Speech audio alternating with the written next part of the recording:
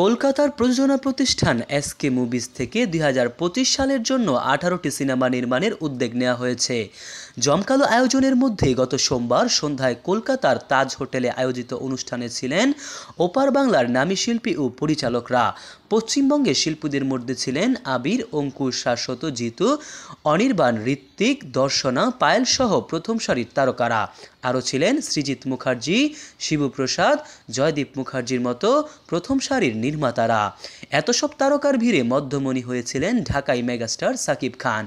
SK মুভিজের সঙ্গে আন্তরিক সম্পর্কের কারণে মুম্বাইয়ে বরবাদ ছবির শুটিং থেকে এক রাতের জন্য কলকাতায় আসেন তিনি। অনুষ্ঠানে উপস্থাপক মীর মঞ্চে সাকিবকে বাংলাদেশিদের গর্ব মেগাস্টার সম্বোধন করে ডেকে নেন। তখন সাকিব মঞ্চে গিয়ে তার মুক্তির অপেক্ষায় থাকা দরদ নিয়ে বলেন, আগামী 15 নভেম্বর বাংলাদেশ, ভারত সহ বিশ্বের 20টি দেশে দরদ মুক্তি পাচ্ছে। এটি অত্যন্ত চমৎকার একটি গল্পের সিনেমা। গান রিলিজ হতে দেরি হলেও আসার সঙ্গে সঙ্গে সবার ভালোবাসায় 1 ঘন্টায় ট্রেন্ডিংয়ে এসেছে, যা আমাকে অভিভূত করেছে। মঞ্চে দাঁড়িয়ে সাকিব যৌথ প্রযোজনা নিয়েও আলাপ করেন। তিনি বলেন, যতবারই এখানে আসি কখনো দুই বাংলাকে আলাদা মনে হয় না।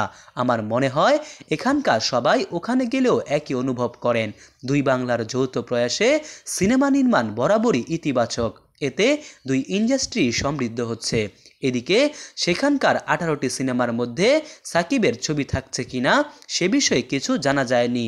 তবে সূত্র জানাচ্ছে, প্রাথমিক আলাপ হয়েছে। আগামীতে বড় আয়োজন করে ব্লকবাস্টার শিকারী নবাবের পর ফের জানানো হবে এসকে মুভিজের সঙ্গে সাকিবের নতুন কাজের খবর।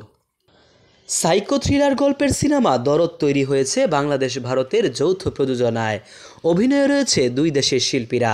সাকিব খান, সোনাল চৌহান ছাড়াও অভিনয় করেছে পায়েল সরকার, রাহুল দেব, রাজেশ শর্মা, সাফা মারোয়া, ইমতু রাশিদ, বিশ্বজিৎ চক্রবর্তী, রিউ প্রমুখ।